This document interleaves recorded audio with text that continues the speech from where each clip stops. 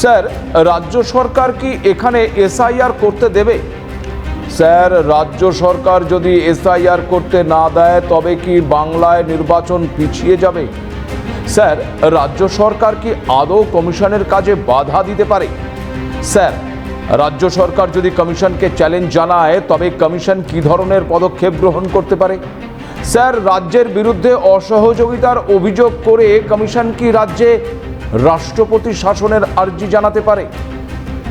আপনারা দেখতে শুরু করেছেন এডিটার্স ডায়েরি। আমি ভাস্কর দত্ত আপনাদেরকে আরও একটি এপিসোডে স্বাগত জানাই। এসআইআর,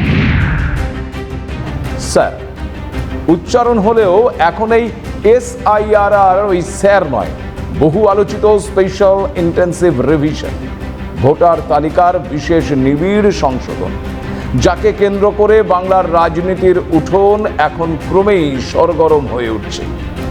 জুলাইয়ের একেবারে মাঝামাঝিতেই আমরা এই এসআইআর সম্পর্কে আপনাদেরকে অবহিত করেছিলাম। গত 15ই জুলাই বিহারের এসআইআর এপিসোডে বাংলার এসআইআর হওয়া নিয়ে আশঙ্কা প্রকাশ করে প্রশ্ন তুলেছিলাম। আমাদের সেই আশঙ্কাই কি তবে সত্যি হচ্ছে? ইতিমধ্যেই বিস্তারিত না জেনে কমিশনের এসআইআর সম্পর্কিত কোনো ফর্ম পূরণ না করার বার্তা দিয়েছেন খোদ মুখ্যমন্ত্রী মমতা বন্দ্যোপাধ্যায়।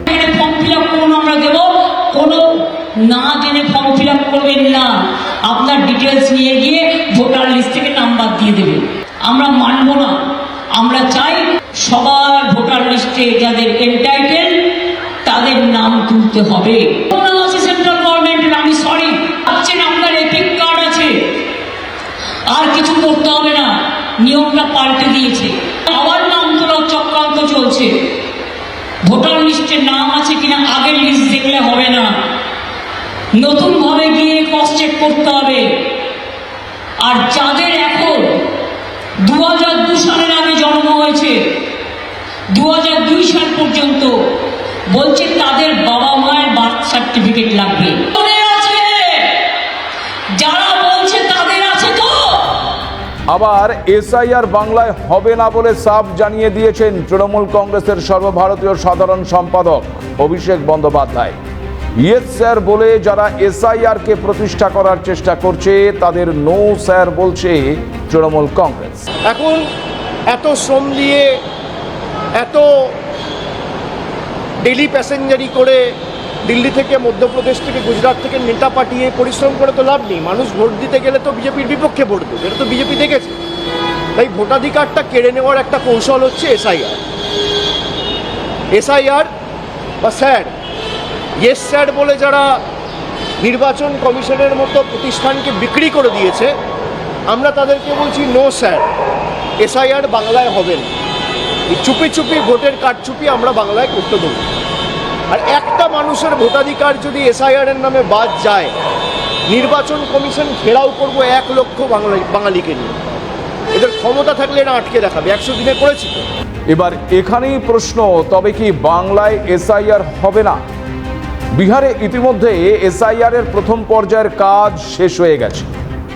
গোটা দেশ জুড়ে তা শুরু হবে বলে জানিয়ে দিয়েছে জাতীয় নির্বাচন কমিশন। গোটা দেশে যা হবে তা শুধু এই বাংলায় হবে না। সত্যি কি জাতীয় নির্বাচন কমিশনের কাজকে আটকে দিতে পারে রাজ্য সরকার কিংবা শাসক দল তৃণমূল কংগ্রেস? যদি এমনটা হয় তবে কি পিছিয়ে যেতে পারে বাংলার বিধানসভা নির্বাচন? প্রশ্নগুলো একটি আরেকটির সঙ্গে কেমন যেন জড়িয়ে রয়েছে। আসুন একবার দেখি এক্ষেত্রে ভারতীয় সংবিধান কি বলছে। ভারতীয় সংবিধানের 324-এর এক ধারায় নির্বাচন কমিশন কি কাজ করতে পারবে তার বিস্তারিত বিবরণ রয়েছে। মূলত নির্বাচন সংক্রান্ত যাবতীয় কাজ 3টি শব্দের দ্বারা ব্যাখ্যা করা যায়। 1 তত্ত্বাবধান, 2 নির্দেশনা, আর 3 নিয়ন্ত্রণ। ভোটার তালিকা প্রস্তুতের ক্ষেত্রে যে সমস্ত শর্ত সংবিধানে রয়েছে তা হলো ভারতীয় নাগরিকত্ব, কমপক্ষে 18 বছরের বয়সসীমা, সংশ্লিষ্ট নির্বাচনী এলাকায় বসবাস করা ইত্যাদি ইত্যাদি। এবার একটু খেয়াল করে দেখুন, বিহারে যে এসআইআর সংগঠিত হয়েছে তাতে তো এই কাজগুলোই করা হয়েছে। অর্থাৎ ভোটার তালিকায় যাদের নাম রয়েছে তারা প্রত্যেকে ভারতীয় কিনা তা খতিয়ে দেখা হয়েছে। ভারতীয় নয় কিন্তু অবৈধভাবে ভারতের ভোটার কার্ড তৈরি করে ভারতের ভোটার তালিকায় নাম নথিভুক্ত করে কেউ থাকছে কিনা সেটাও তো খতিয়ে দেখেছে কমিশন। আর তার জন্যই ওই 11টি নথি চাওয়া হয়েছে। ভোটার তালিকায় নাম আছে কিন্তু ভোটার ওই সংশ্লিষ্ট নির্বাচনী এলাকায় বসবাসই করে না। ভোটার অন্যত্র চলে গেছে কিন্তু নামটা থেকে গেছে ওই এলাকার ভোটার তালিকায়, সেই নামকে বাদ দেওয়া হয়েছে।